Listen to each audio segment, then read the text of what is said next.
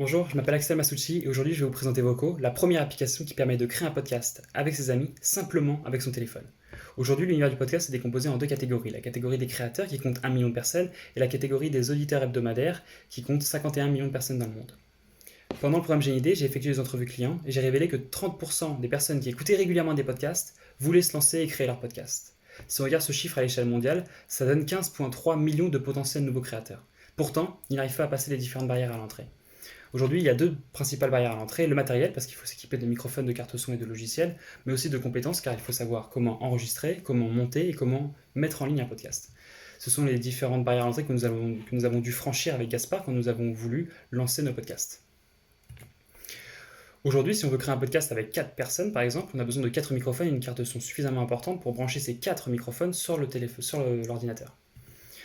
Avec Voco, le coût est presque nul parce qu'on utilise directement un matériel que tout le monde dispose, le téléphone et le microphone du téléphone. Et en ce qui concerne donc la barrière à l'entrée des compétences, c'est les fonctionnalités de l'application qui s'en chargent parce que c'est Voco qui connecte les appareils entre eux, qui enregistre le podcast et qui s'occupe de mixer et de traiter les différentes pistes audio, puis met en ligne le podcast. C'est la manière la plus simple de créer un podcast. Si on regarde au niveau des compétiteurs existants, si on les met sur une axe d'automatisation du processus de création, à quel point est-ce qu'on est accompagné lors de la création du podcast, et aussi la qualité sonore finale, on peut voir que Audacity et Adobe Audition permettent d'avoir une très bonne qualité sonore, mais n'automatisent absolument pas le processus de création, versus un Anchor qui automatise le processus de création, mais se contente simplement d'enregistrer un appel avec des amis et de le mettre sous format podcast, donc la qualité sonore n'est pas bonne. C'est ici que nous voulons nous placer. Si on regarde le business model, donc, on opte pour une stratégie freemium. On peut télécharger l'application gratuitement et enregistrer un podcast avec 2 appareils pour une durée de 30 minutes et passer dans une version premium à 2,99$ par mois pour enregistrer un podcast jusqu'à 6 appareils d'une durée illimitée. Si on regarde les prévisions de ce business model, on peut voir que si on atteint le jalon de 50 000 utilisateurs premium, on a un chiffre d'affaires annuel de 1,7 million de dollars.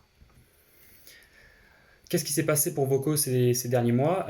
On a commencé donc en novembre 2019 suite à notre victoire au Weekend Startup d'HEC. Puis on a rejoint le parcours Rémarcou en janvier 2020 et en septembre de la même année, on a rejoint le programme GNID de Polytechnique. On a développé la techno. Aujourd'hui, on commence la phase bêta et on aimerait la finir d'ici été 2020 pour lancer l'application. La phase de lancement nous servira donc d'acquérir les premiers utilisateurs, puis on aimerait développer cette base d'utilisateurs pour atteindre les 50 000 utilisateurs sur l'application. Comment est-ce qu'on va prendre les premiers utilisateurs? On aimerait passer par une campagne d'influenceurs. En effet, on a sélectionné différents influenceurs qui ont un public qui ressent la segmentation client et qui pourrait être intéressé par l'application. Donc c'est via ces influenceurs qu'on irait prendre nos premiers utilisateurs. Puis on continuerait à être comme la référence du podcast amateur francophone avec Voco le blog et notre présence sur les différents réseaux sociaux. L'équipe est composée de jeunes diplômés en ingénierie logicielle à Polytechnique Montréal et on a tous des compétences particulières comme donc un spécialiste en intelligence artificielle qui bosse sur l'algorithme de traitement audio, mais aussi des spécialistes en expérience utilisateur qui permettent de créer la meilleure interface possible pour les nouveaux utilisateurs.